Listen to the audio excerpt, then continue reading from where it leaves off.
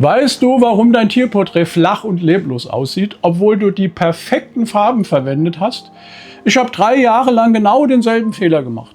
Ich saß vor meinem ersten Golden Retriever Porträt, hatte 47 verschiedene Pastellstifte ausgebreitet, alle in einem perfekten Braun, Gelb und Beige-Ton. Und das Ergebnis? Ein Hund, der aussah, als wäre er aus Pappe. Null Tiefe, null Leben.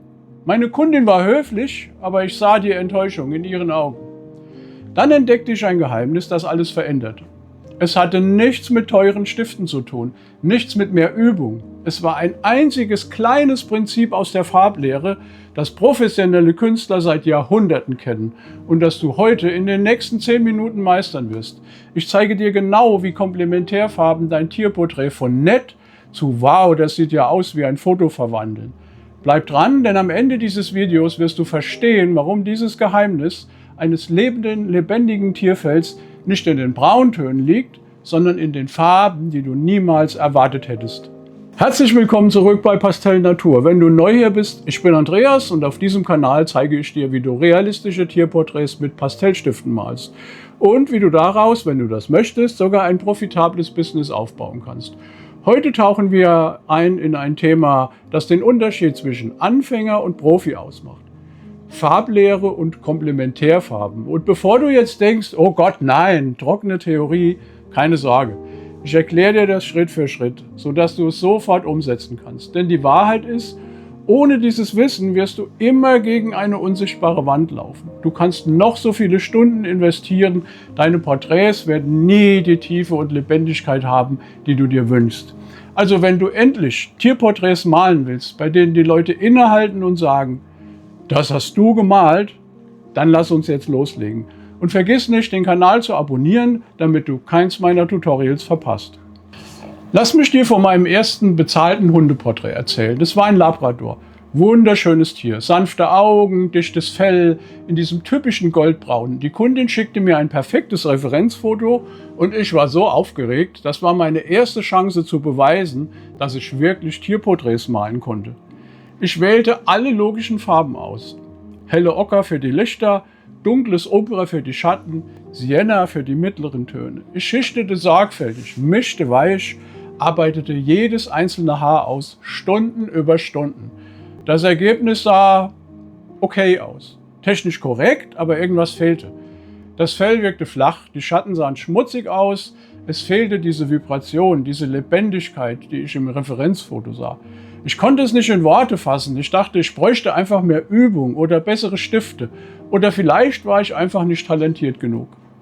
Kennst du dieses Gefühl? Du schaust dir YouTube-Videos an und die Tierporträts darin leuchten förmlich. Sie haben diese Dimension, diese Tiefe und du fragst dich, was machen die eigentlich anders als ich?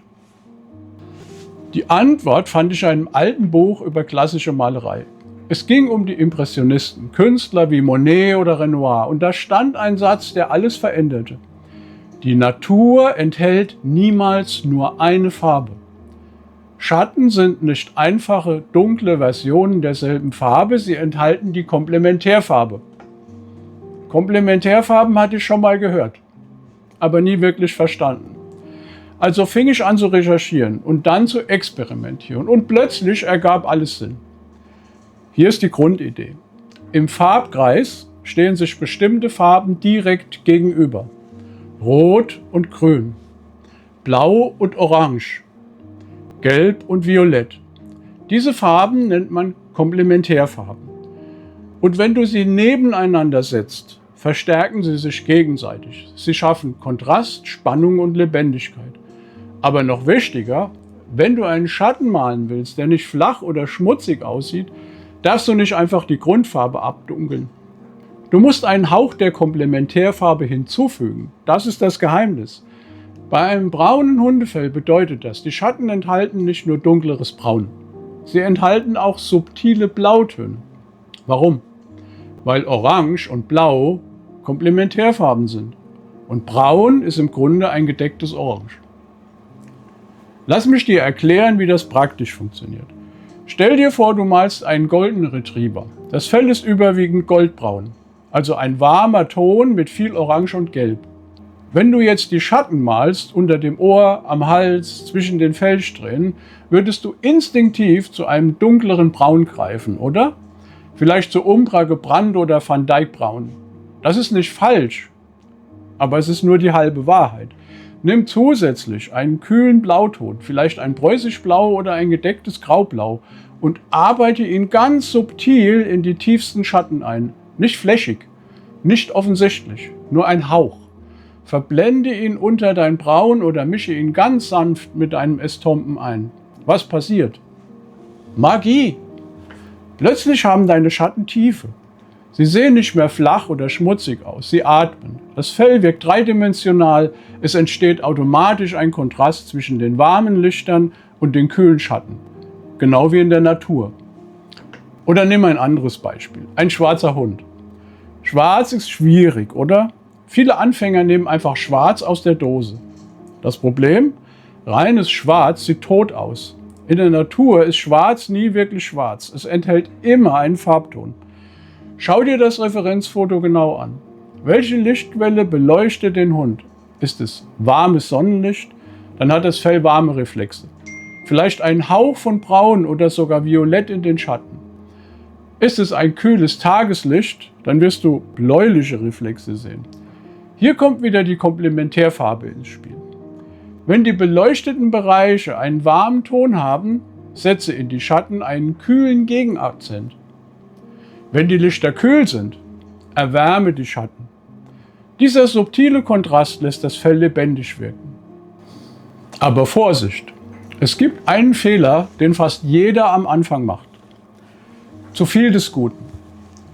Komplementärfarben sind wie Gewürze beim Kochen. Ein Hauch macht das Gericht perfekt, zu viel ruiniert es. Wenn du zu viel Blau in dein braunes Hundefell einarbeitest, sieht es nicht mehr nach einem Hund aus. Es sieht aus wie ein Alien. Die Farben müssen subtil sein, gedämpft. Ein Flüstern, kein Schrei. Der zweite Fehler, die Farben nicht so mischen. Wenn du einfach harte blaue Linien neben orangefarbene Bereiche setzt, wirkt das nicht harmonisch. Du musst die Übergänge sanft gestalten. Verblende die Farben vorsichtig übereinander. Verwende deinen Estompen oder Papierwischer. Lass die Farben ineinander fließen. Und der dritte Fehler? Die Referenz zu ignorieren. Schau dir dein Foto genau an. Welche Farbtöne siehst du wirklich? Oft wirst du feststellen, dass das Fell viel bunter ist, als du dachtest. Ein vermeintlich einfaches Braun enthält Spuren von Violett, Grau, manchmal sogar Grün. Die Natur ist voller Überraschungen. Als ich dieses Prinzip das erste Mal richtig anwandte, war es wie ein Schalter, der umgelegt wurde. Ich malte einen Border Collie, schwarz-weißes Fell. Eigentlich ziemlich simpel. Aber ich arbeitete kühle Blautöne in die schwarzen Bereiche ein und warme Gelbtöne in die weißen Lichter. Die Komplementärfarben spielten jetzt miteinander. Als ich fertig war und einen Schritt zurücktrat, konnte ich es kaum glauben. Der Hund sah aus, als würde er gleich aus dem Papier springen. Das Fell hatte Dimension, die Augen leuchteten. Es war das erste Mal, dass ich auf mein eigenes Werk schaute und dachte, das sieht doch jetzt mal professionell aus. Und das Beste, die Kundin war begeistert. Sie teilte das Porträt in den sozialen Medien, ich bekam meine ersten Likes und plötzlich kamen einzelne Aufträge. Alles, weil ich dieses eine Prinzip verstanden und angewandt hatte. Das kannst du auch. Du brauchst keine magischen Fähigkeiten, du brauchst nur das richtige Wissen und die Bereitschaft zu experimentieren. Also, hier ist deine Challenge für heute. Schnapp dir dein Referenzfoto von einem Hund. Am besten eins mit klaren Licht- und Schattenbereichen. Identifiziere die Grundfarbe des Fells. Dann nimm den Farbkreis zur Hand und finde die Komplementärfarbe. Und beim nächsten Mal, wenn du malst, arbeite diese Komplementärfarbe ganz subtil in die Schatten ein. Experimentiere. Spiele. Hab keine Angst vor Fehlern. Wenn du mehr solcher praktischen Tipps willst, wenn du lernen möchtest, wie du nicht nur technisch gute, sondern wirklich beeindruckende Tierporträts malst, dann abonniere diesen Kanal. Drück die Glocke, damit du kein neues Video verpasst. Und wenn du spezifische Fragen hast, schreib sie in die Kommentare. Ich lese jeden einzelnen. Den Link zu meinem aktuellen Minikurs Fuchsporträt lege ich dir in der Beschreibung ab. Dort lernst du direkt die wichtigsten Grundlagen zum Malen eines Tierporträts. Und denk dran, der Unterschied zwischen einem netten und einem atemberaubenden Tierporträt liegt oft in den Details, die du nicht siehst, bis du sie verstehst. Farblehre ist eins dieser unsichtbaren Werkzeuge, das alles verändert. Danke dir fürs Zuschauen, bis zum nächsten Mal und viel Spaß beim Malen.